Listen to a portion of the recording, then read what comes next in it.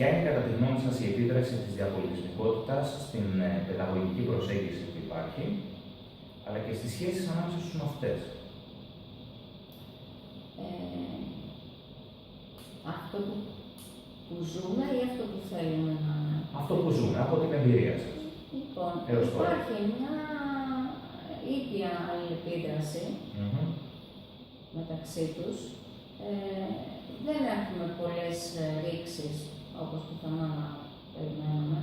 Τα παιδιά κάνουν παρέα και όταν υπάρχουν διαφορές, είναι κυρίως αναπροσωπικότητες των μαθητών. Δηλαδή, κάποια παιδιά που είναι πιο τροπαλά, πιο κλειστά, ή που έχουν κάποιους περιορισμούς από την οικογένειά τους.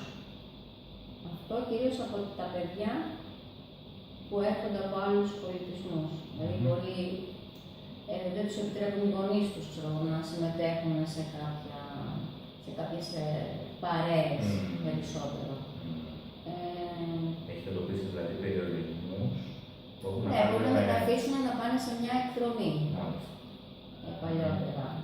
Δεν ξεκινάνε δηλαδή από το ίδιο το παιδί, εκτός και είναι τροπαλό που θα περιοριστεί και με τα παιδιά του δικού του πολιτισμού ή του δικού του, ξέρω εγώ, της δικής του χώρας προέλευσης. Ναι.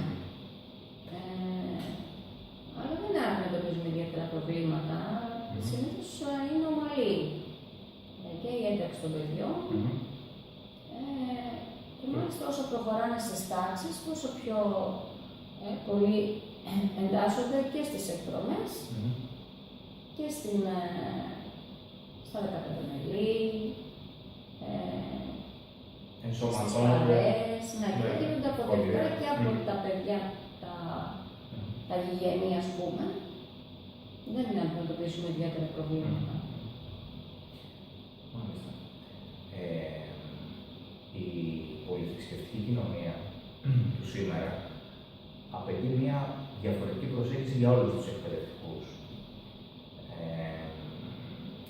Ποιες είναι κατά τη γνώμη σας οι νέες ικανότητες που πρέπει να διαθέτει ο εκπαιδευτικός ώστε να μπορεί να κάνει το μάθημα με επάρκεια και αποτελεσματικότητα?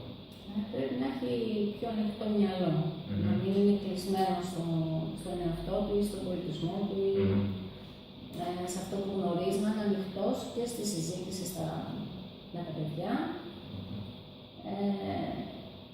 Να είναι πιο πολύ, να τα προσεγγίζει πιο πολύ με κάποιους βιωματικούς τρόπους, όχι σαν αυθεντία, δηλαδή να τα βάζει σε μια διαδικασία και μεταξύ τους όλοι με τον ίδιο να συζητήσουν, να αναρωτηθούν, να φτάσουν σε κάποια συμπεράσματα μέσα από διαδικασίες τέτοιες διαδραστικές. Ναι.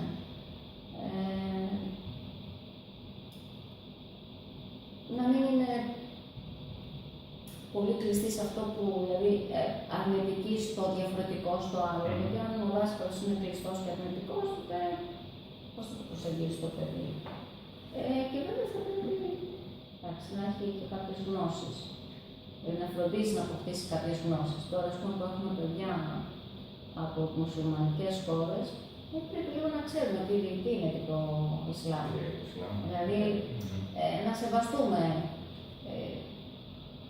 την πίστη του μέσα στην τάξη, να μην το προσβάλλουμε με κάποιο τρόπο. Να μην το πούμε κάτι και το κάνουμε. Να μην υπάρχουν διακρίσεις λόγω. Αυτό καλά είναι αυτονόητο, ναι, να μην υπάρχουν διακρίσεις, αλλά να μην το φέρουμε σε δύσκολη θέση με κάτι που θα πω. Να του δώσω λόγο, να πει, να μιλήσει, αν θέλει για τον πολιτισμό του, για τη θρησκεία του, τι λες εσύ, πώς θα το έκανες εσύ. Παρόλο που συχνά τα παιδιά δεν θέλουν να μιλήσουν. Ναι. Υπάρχει ένας φόβος, ίσως, δεν ξέρω αν είναι φόβος. Πολλές φορές εμένα, ας πούμε, μου λένε, δεν ξέρω, γιατί να σας πω. Πες μας λίγο για τη δικιά σου, μίλησέ μας, να μάθουμε και εμείς στοιχεία για τη θρησκεία αυτή. Τι λέει. Εγώ ξέρω, τους λέω ότι, ας πούμε, οι τρομοκράτες δεν έχουν σχέση με το Ισλάμ. Εσείς τι λέτε? Δηλαδή, τους δίνεις λόγο, αλλά πολλές φορές δεν παίρνουν εύκολα θέση.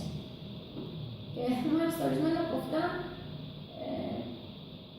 σου λέει θα στολίσω χριστουγεννιάτικο δέντρο. Δηλαδή ακολουθεί ένα έθιμο τοπικό Ενσωματώνεται. Ενσωματώνεται, αλλά μόνο για το έθιμο. Που εντάξει, και το δέντρο δεν είναι ουσία της πίστης. Είναι ένα έθιμο, αλλά θέλει να νιώσει ότι ανήκει στον χώρο. Και ό,τι δεν επεμβαίνει πολύ στη λύση του μπορεί να το αποδεχτεί. Αγγίξαμε λίγο το θέμα της διαφορετικότητας μες στην τάξη. Γενικότερα θα λέγαμε ότι η μαζική παρουσία μεταναστών και προσφύγων καθιστά αναγκαία για τις τοπικές κοινωνίες τη διαχείριση της διαφορετικότητας. Πώς μπορεί κατά τη γνώμη σας το μάθημα των θρησκευτικών να βοηθήσει αυτή τη διαδικασία? Επειδή τα θρησκευτικά είναι ένα μάθημα αγάπης και αλληλεγγύης, όταν διδάσκεται κατά αυτόν τον τρόπο, είναι νομίζω το κατεξοχήν μάθημα που μπορούμε να πλησιάσουμε τα παιδιά, να τα κάνουμε να νιώσουν μια οικογένεια, να ξεπεράσουν τις όποιες διαφορές έχουν μεταξύ τους. Δηλαδή, να γίνει έτσι ένας πυρήνας που θα μάθουν να σέβονται ο ένας τον άλλον. Είμαστε διαφορετικοί, από διαφορετικά πιστεύω δεν μας πειράζει. Ο καθένας μπορεί να πιστεύει ό,τι θέλει. Αλλά οφείλει να σεβαστώ τον άλλον. Αυτό τους διδάσκουμε. Σέβομαι τον άλλον, τον αποδέχομαι, ακόμα και αν δεν σύμφωνα με αυτό που πιστεύει. Και από εκεί και πέρα, μέσα στην καθημερινότητα και στην κοινωνία, φροντίζω αυτό να το κάνω πράξη. Δηλαδή, όταν θα χρειαστεί βοήθεια κάποιος, θα την προσφέρω χωρίς διακρίσεις. Αυτό μας λέει και η θρησκεία, η κάθε θρησκεία. Η θρησκεία κατά βάση λέει την αγάπη, άρα αυτό πρέπει να το κάνουμε πράξη στη ζωή μας.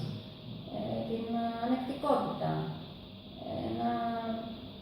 Να μάθω να συνυπάρχω βλέποντας τα κοινά που έχω.